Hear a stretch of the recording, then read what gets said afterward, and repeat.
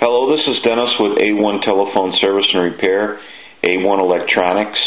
You can reach us on the web at www.a1-telephone.com, and you can also reach us at 618-235-6959. Today I want to show you the initial checkout of Uniden 6.0. This is a DECT 2060-2, meaning that there's two handsets to this set of telephones here. And basically, Bill at another repair company in Indiana has basically sent this telephone in to us for repair. This is a customer's of theirs, and it's in need of some repair, so they sent it directly to A1 Telephone. So we've done a lot of work for them before, and it's not uncommon that we have a lot of other repair telephone companies that repair telephones send in telephones to us for repair of their customers.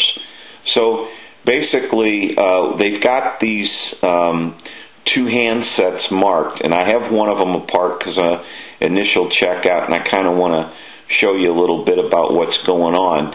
Now, the handset that I have open is basically the one that they had marked bad, and what it comes down to on this handset, and they have a sticker on here, and I'm just going to take that off. I don't really need that on there, and it just says the bad one. And so really what happens is there's really no modulation with this handset. So in other words, the customer of theirs cannot talk to anybody on this telephone. And from what I gather, and this is the initial checkout, there's more than just a modulation problem, because while I'm checking this telephone out, it does have speakerphone, but if you notice, there's no volume control. Okay?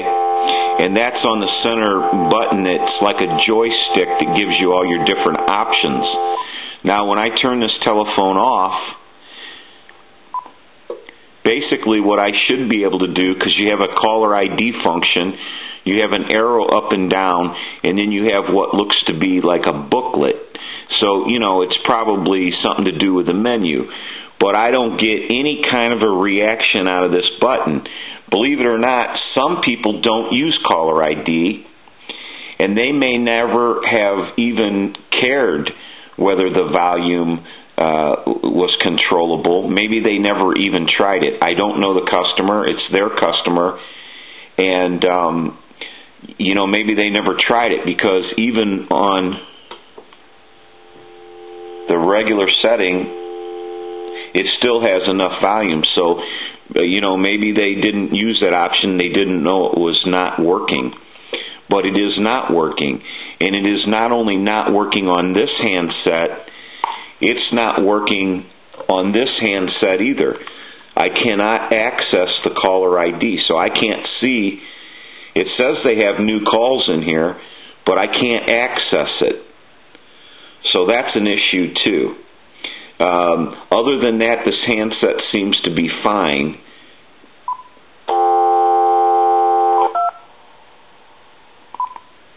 On the initial checkout. Other than this control function here, like the joystick, can't do anything with it. But I'll show you another thing, and they kind of charge a little funny too. There might be a situation where if it's fully charged, the light goes out, but you know, I'll have to check further into that. Another issue I found with the handset that they said was bad is if you'll look in this area right here, you're going to see a whole bunch of black liquid that's dried up all around the charging points in the bottom of the phone. That's coffee. So, you know, they've knocked the circuit out for transmit. So no wonder they don't have any modulation. Now, I also want to show you something else. If I pull this board You can see it. You can see all that black. Well, you may not be able to see it on the video inside the handset, but there's a whole lot of black liquid in this area. So neither one of these telephones are able to go ahead and get into some of your options, like your volume control. Have no control.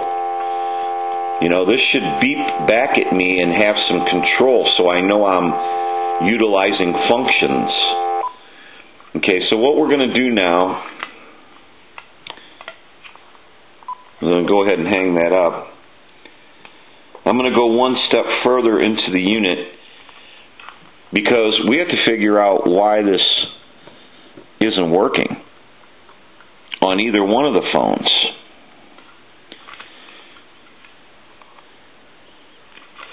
So we're going to pull this apart.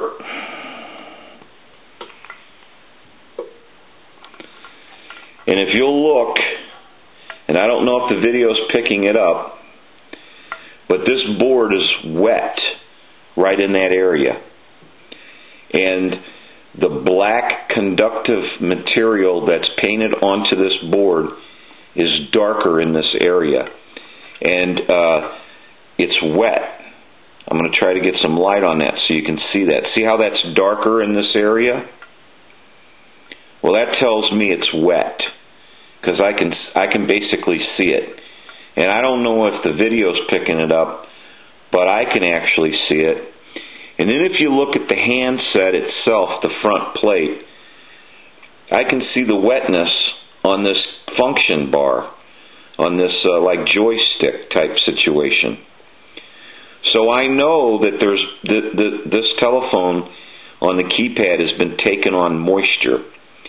And whether that's because this telephone's you know, in a situation where it's near a lot of moisture. You know, some people like to cook. You know, they have different things going on in their home. I've had customers that, you know, they cook all the time, and the grease and everything gets into the atmosphere, and it attacks these keypads.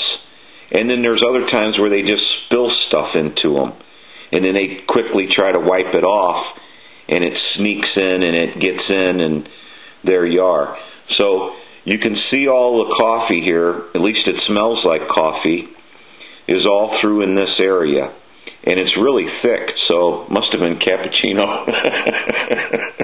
I'm not sure. But we're going to go through this telephone. Now, it has a very small microphone in it, so what we have to do is we're going to troubleshoot the mic area.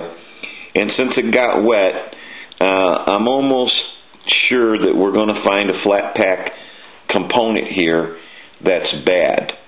So we're going to have to go through that, and we're going to have to clean up the board, and we're going to have to troubleshoot it out and see how it goes.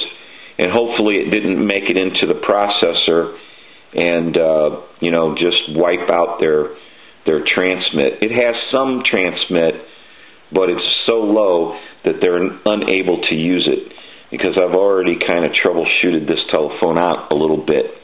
But you're seeing what I'm seeing from the beginning. This board here, when I took that screw out, this is what I found, and I did that on the video. So we know that that's wet, and we know that's dirty. Now, did they ruin the conductive material on the keypad? They may have. I don't know. We're going to have to get into it. Depends on what they spilt into it, or what's in there kind of, you know, interfering with our being able to control the joystick. Now, the other issue is this perfectly good telephone that has transmit, receive, and dial, and rings and everything, it doesn't work either. So we're probably going to find something similar to like we did on the other one, and it says right here, this good one.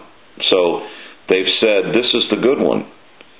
Well, it does work, but then again it doesn't.